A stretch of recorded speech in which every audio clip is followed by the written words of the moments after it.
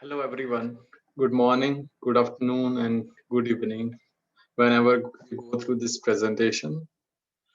So, in this recorded lecture, we will discuss how technologies from early 20th century and even from the Renaissance period, how these technologies affected literature and how new literary forms emerged because of these technological inventions. So, in this lecture, we will discuss invention of printing press, how it affected literature, modernization of publication process, Victorian era, and the rise of new literary genres, and finally the outcome of technology. I mean, extreme technology on literature, readership, and new forms of literature that emerged in 21st century. So, for invention of printing press, because of Renaissance, a lot of discoveries were happening. People were thinking about society. People were trying to invent new things to help mankind. And then in 1452, a German named Gutenberg invented movable printing press. Before that, the concept of printing press existed, but it was not in elaborate form like the one Gutenberg invented.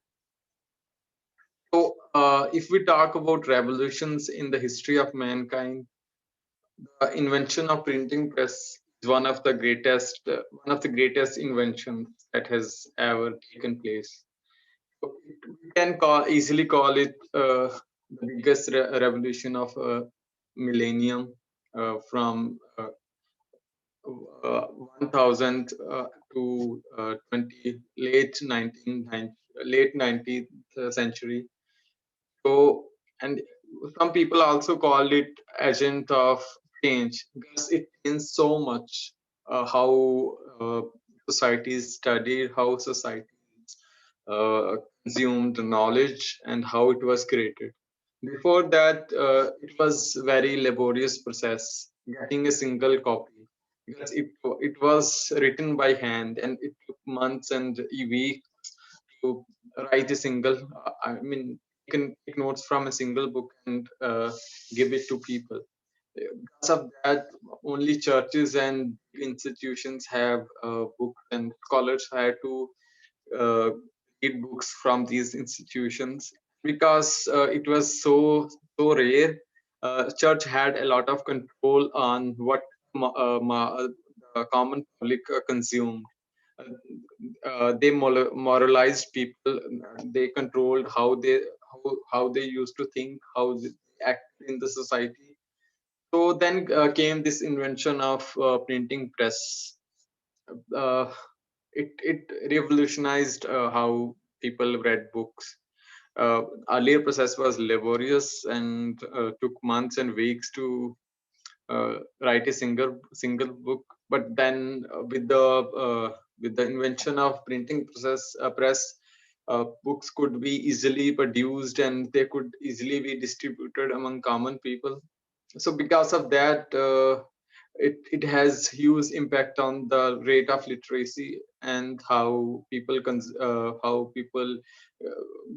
became more aware towards the society, and how they can help the mankind. So Renaissance largely benefited from this invention of printing press.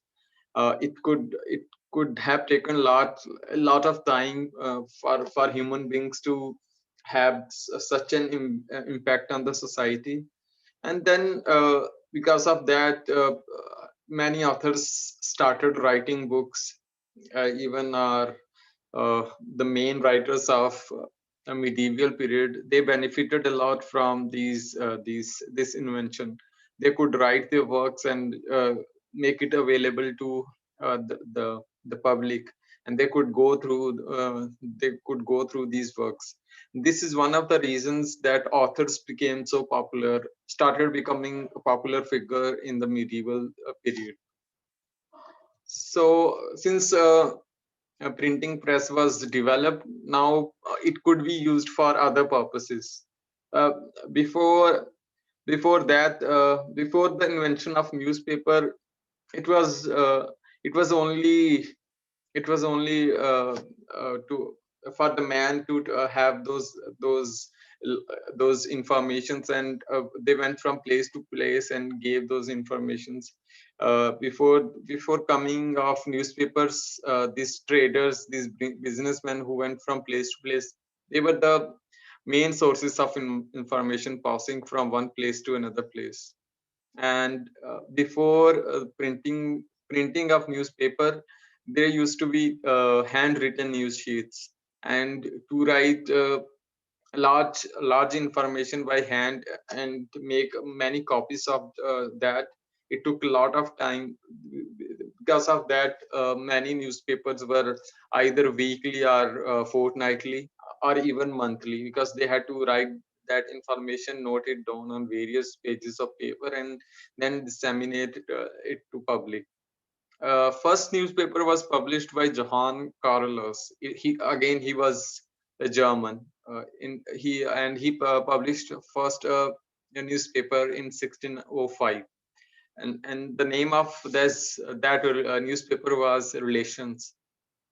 And slowly other countries took inspiration from Carolus, and they started publishing newspapers in their local languages. Those who could not, they translated German newspapers into their local languages and printed that news and disseminated it to public. And though literacy was not so much in medieval period, or we can call it after medieval period, Renaissance period, people were starting to see the benefits of literacy. And when the newspaper came, and by 1650s, readership reached 20 to 2.5 lakhs, and that was not a small number in those times when literacy rate was not so much. And these newspapers, the news that circulated through these newspapers, it had enormous effect on the politics, on the politics of that age, on the newly forming states. It had huge impact on the civilization, we can call it. And then because of the Renaissance, various discoveries were taking place, various ideas were being published, and newspaper had also its share in uh, giving that information to public.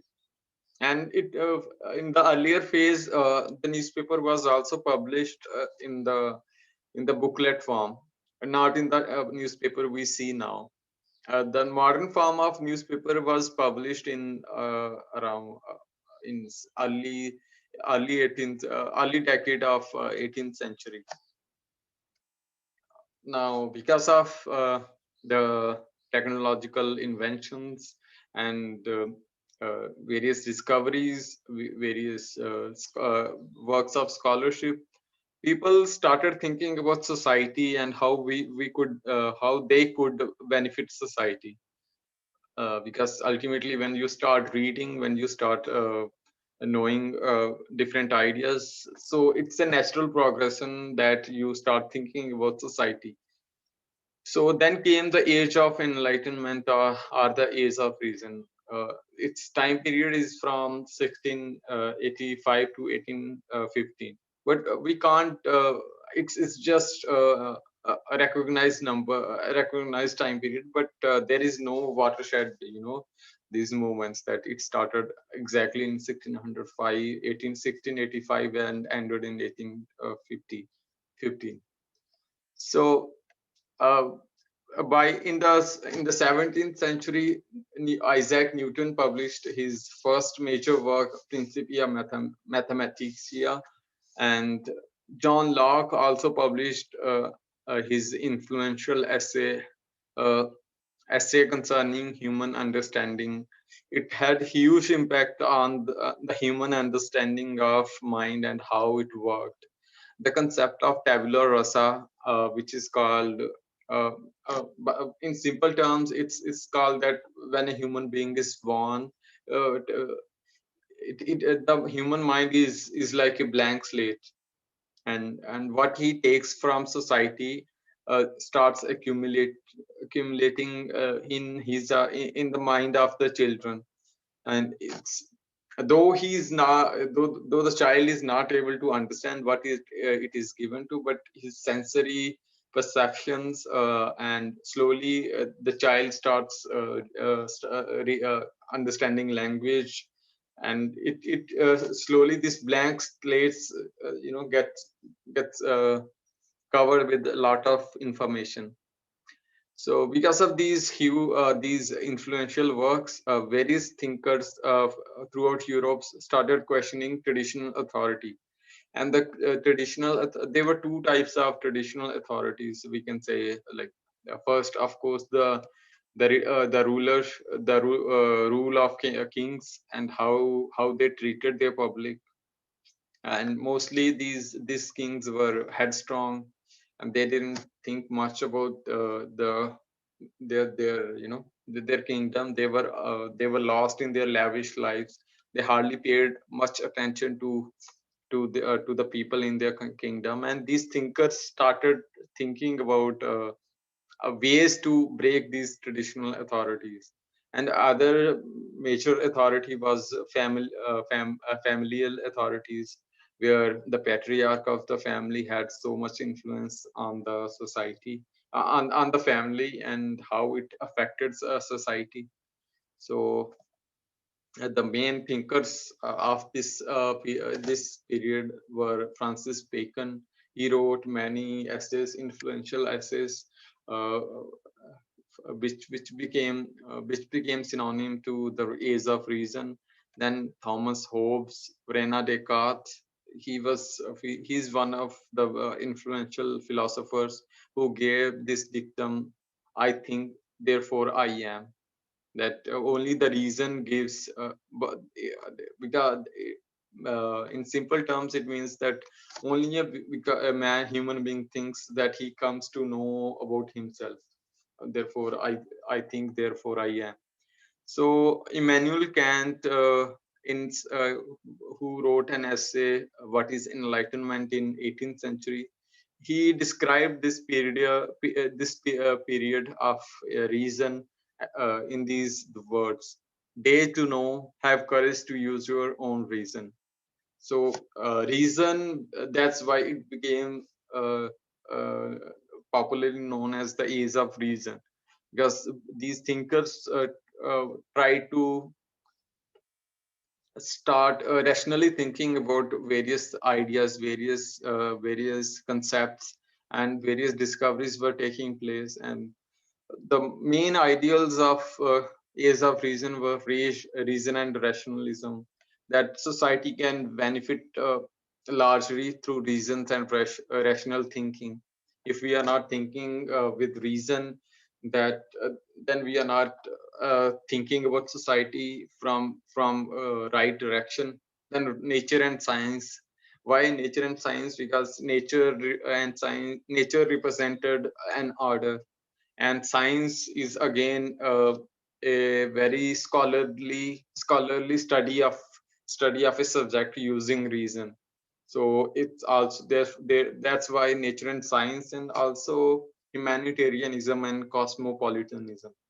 Humanitarianism means thinking about humankind and how to benefit humankind, and how we can be better human beings by thinking about the lives of other fellow human beings, uh, how we can support them. Then cosmopolitanism is basically whole globe as one community, and uh, and how ideas from different places can benefit society. So after this age of reason came a Victorian era, which started in late 18th century, and it ended in late 20th century. So uh, because of the law, and we know that industrial revolution happened in 1798. It has huge impact on society. It revolutionized how we consumed various products and how they were manufactured. The concept of assembly line also came from this industrial revolution. And because of new industries which were established in Victorian era, people were started moving to these industrial towns, these industrial cities, seeking jobs, seeking livelihood. And because of that, these industrial regions, basically the cities, uh, were flooded with people. uh, People from different regions came to these cities, and because of that, these cities were highly populated. And there was and when people saw these many changes happening, it had a large impact on human mind. Because earlier human beings, they were living in small towns close to nature. When they came to these industrial towns, it's a kind of numbness started taking over human mind. And though because we are born in this technological age, we don't experience this phenomenon of numbing of human mind. But those of us who come from villages, and when they go to these large cities, you must have seen that your senses, they are assaulted by these noises, these big sites, these big advertising hoardings, these new technologies. And when industries started employing people, large number of people started working in these industries. So then came what happens usually, that human beings become greedy. These owners of these factories, these industries, they started exploiting these laborers. Less wages, more work, or large work shifts. Then Karl Marx gave this concept of his philosophy of he published his Das Capital, where he talked about how industrialization is exploiting human beings. And so then after the impact of Karl Marx theory, these trade unions, these worker unions, were formed as an influence of his philosophy. And as I said in the previous slide, the modern the newspapers we see now, it was developed in the Victorian age. And because of that, a large number of newspapers, weekly, midday newspapers, fortnightly, monthly, then various magazines which published small pieces, sections of the the novels, which earlier novels were published in these weekly magazines. And people used to look forward to these magazines, because the main person who exploited these weekly magazines was, I mean, I'm forgetting the name, but he wrote many wrote many short pieces for these weekly magazines. And oh, sorry, I remember. It was Charles Dickens who exploited these weekly magazines and published various chapters of his novels. And those chapters were finally, published as novels. And because of these technological innovations, new discoveries, new genres of literature developed. As you see, these technologies obviously have impact on how human beings think and how human beings behave in the society. That's why science fiction, the genre of science fiction developed, and also detective fiction, uh, works of Conan, this Sherlock Holmes series, and then gothic horror novels, which portrayed these big palaces which had sinister things going on.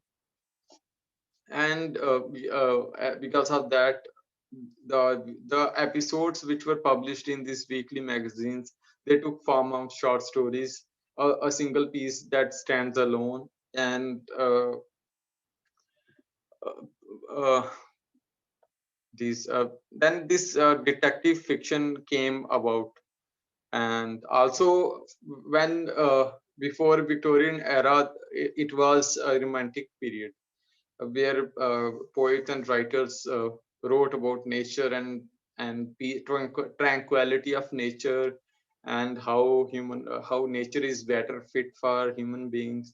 But as these new innovations were taking place, as they were impacting society, and the new modes of consumption were developing. And these novels are also a mode of consumption of literary works.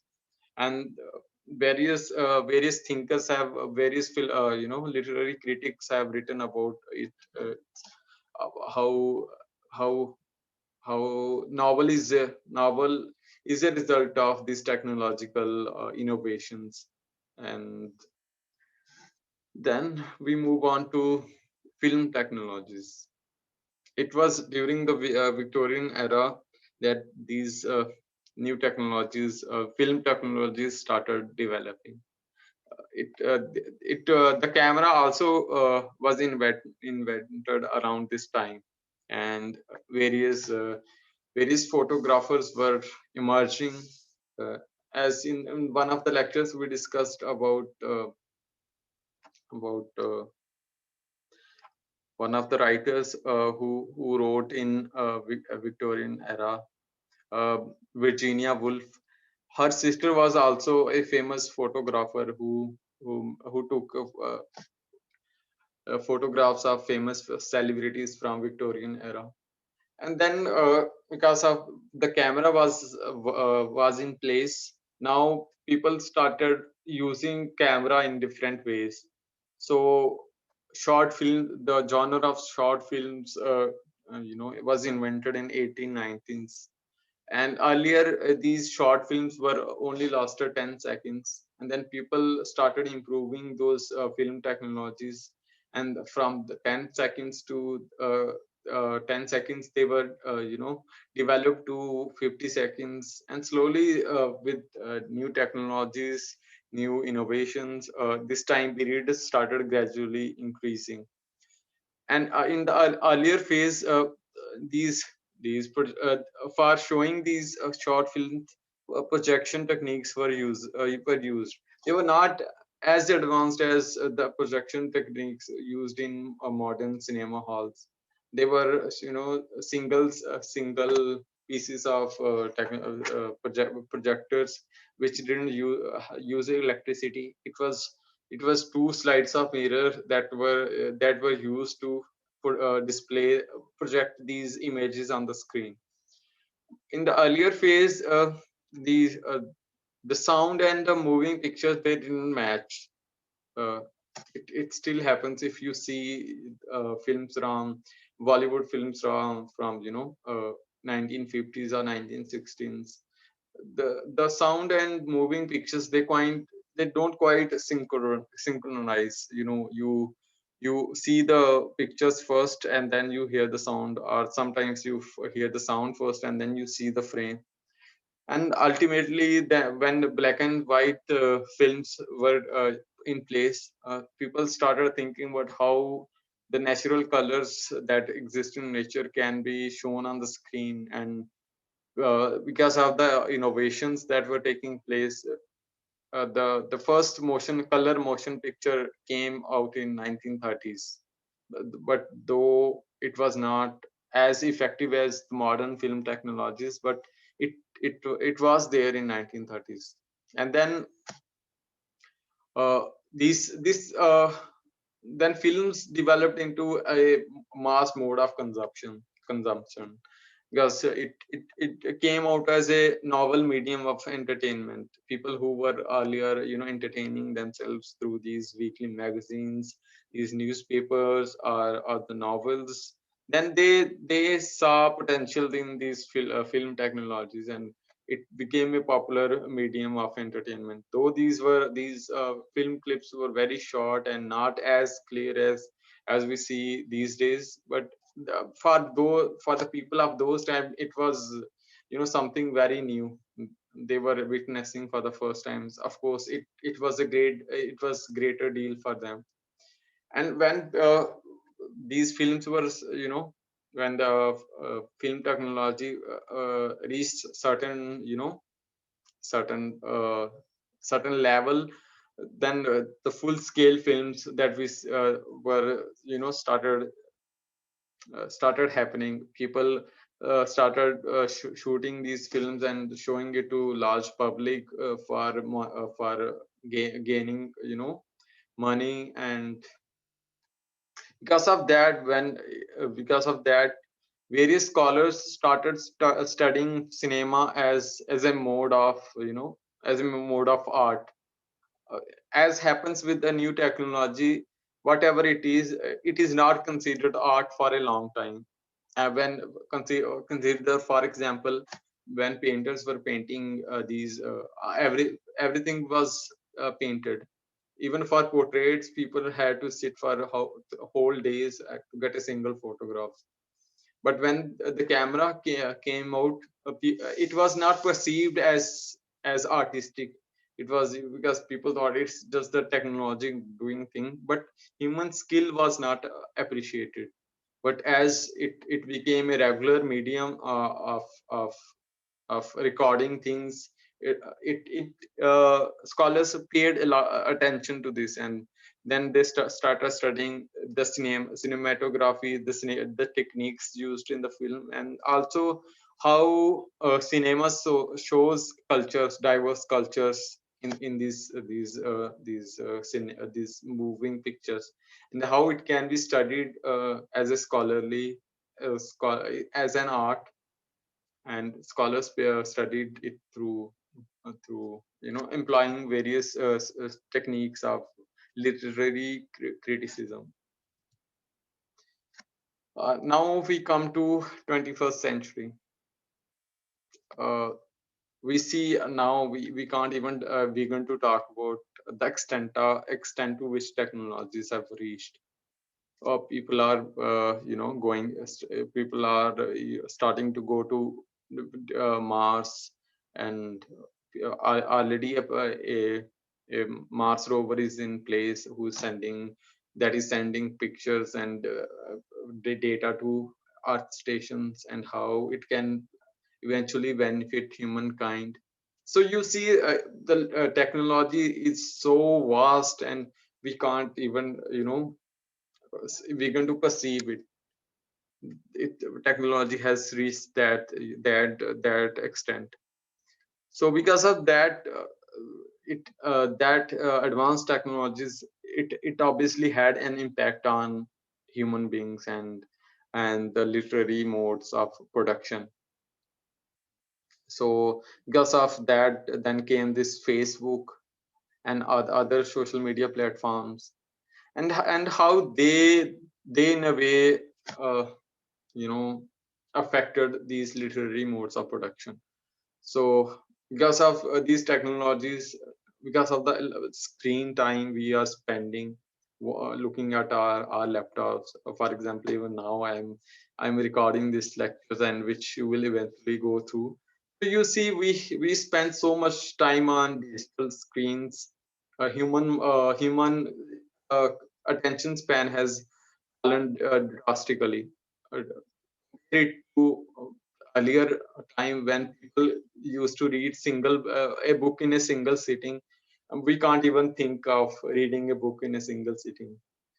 For some of us, it takes a week or even a month to complete a single book. And in the Victorian era, people could easily finish a book in a single sitting. So the computers, laptops, e-readers, and video lectures like this one, they have, affected the modes of literary production. So then, because of these technologies, came blogs.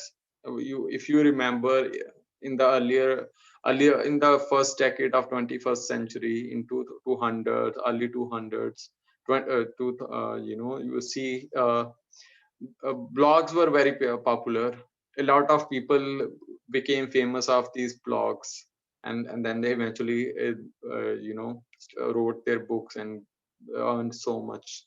Then these websites, now every author, every important celebrity, they have their own website, and they share information through these websites. And people who write blogs, even the newspapers, now you can get these important information delivered to your emails as newsletters. You can sign up for these newsletters and they will be delivered to your inbox.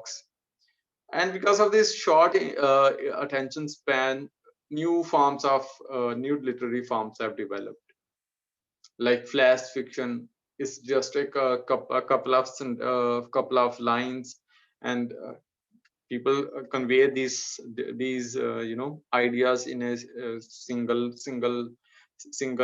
line, or two lines. For example, a man where, I mean, it's, though I don't like it, many of us don't like it, you can't just convey the whole story in a single sentence. But you see, they are famous, the millennials, they like these innovations in literary production, flash fiction. Some authors became popular writing these 2 3 lines. If you have heard of Rupi Kaur, she exploited these flash fiction technique. She wrote, 2 3 lines, which she called uh, poetry. Then doodle fiction. Uh, the Diary of Wimpy Kid is a famous example of this. And then dizzy fiction, which uses text, video, and website. For it is also very famous. And then these text talk novels, uh, they are in the form of your WhatsApp chats, where two characters, what they talk is written in these text box, as in a chat box, and then even novels are published in those forms. So now we come to conclusion of this presentation. I don't know, I mean, how I have fared. It is my first recorded lecture, but I usually benefit from the from the feedback I get from you in the form of questions or doubts. But it's a little boring, but nonetheless, we are towards the conclusion of this video lecture. So, because as a new technology develops, it is happening since uh, medieval period or Renaissance period, when the printing press was invented. As no matter which technology comes first, a new technology comes, the people who were used to earlier technologies for readership, they think it's going to destroy literary modes of production. People will not read books, and it will be dangerous for literature. But no matter what the technology is, people somehow invent a balance, and comes a new genre of uh, literary production. Like I mentioned in the previous slide, these dizzy fictions, these doodle fictions, flash fictions. They because of any new technologies, these innovations in literary genres takes place. So but nonetheless, this literature, the people who write these literary forms, they somehow adopt technology for delivering a new genre. And rise of new literary forms with new technology, it's just an inevitable. you people just can't stop writing things, right? Stop sharing their ideas. They will eventually, adopt new medium and deliver their ideas to people. So I have taken this quote from Roger Luckhurst. So he says, I'm quoting him here: Heil doom laden high high doom laden proclamations accompany every novel kind of communication. Literature itself demonstrates a consistently inventive capacity to adapt and evolve to new material conditions. As I said, that like no matter what technology comes forward, people are going to exploit this technology, and literature will reinvent itself by using this technology. And that's all for this recorded lecture. I hope you like this, and see you in the next semester. Hopefully, this is the last lecture for you know for this semester. Thank you.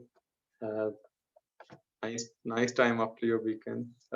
Sorry, your semester end. Bye.